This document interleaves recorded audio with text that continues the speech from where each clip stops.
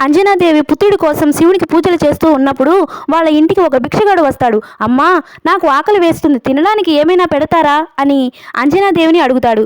సరే అని లోపలికి పిలిచి విందు ఏర్పాటు చేస్తుంది. అయ్యా, భోజనం అయ్యింది, వెళ్ళి చేతులు కడుక్కుని రండి అని అంటుంది. అప్పుడు ఆ భిక్షగాడు కోపంగా, చేతులు కడుక్కోమని నువ్వు నాకు చెబుతున్నావా? నేను ఏమి చెయ్యాలో ఏమి చేయకూడదో నాకు తెలుసు. నేను నా జీవితంలో ఇంతవరకు చేతులు కాదు కదా, నోరు కూడా కడగలేదు.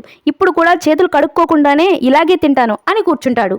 శివుడి కోసం ఏర్పాటు చేసిన సింహాసనం మీద ఆ భిక్షగాడు ఆహారం వడ్డించు అని గర్వంగా అంటాడు.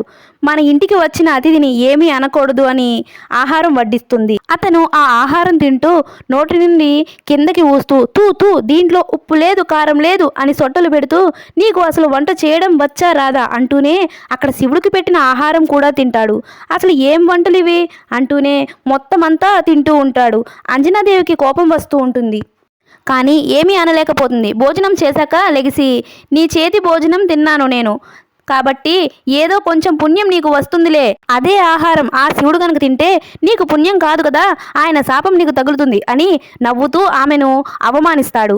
ఇది వినగానే ఇక అంజనాదేవికి కోపం ఆపుకోలేక నమస్కరించి, కోపంతో మీరు కనుక ఇంకొకసారి నా మహాదేవుడి గురించి మాట్లాడితే అని అనేలోపు ఆ భిక్షగాడు శివునిలాగా మారిపోతాడు. అమ్మా అంజనా, నువ్వు నా కోసం ఎంతో కఠోరమైన తపస్సు చేస్తున్నావు. నీ భక్తిని, నీ ప్రేమను పరీక్షించడానికే నేను ఇలా చేశాను. నేను నీ గర్భం నుండి జన్మిస్తాను అని మాట ఇచ్చి ఆమెను దీవించి అక్కడ నుండి వెళ్ళిపోతాడు. ఆ తరువాత ఆమెకి ఒక కుమారుడు జన్మిస్తాడు.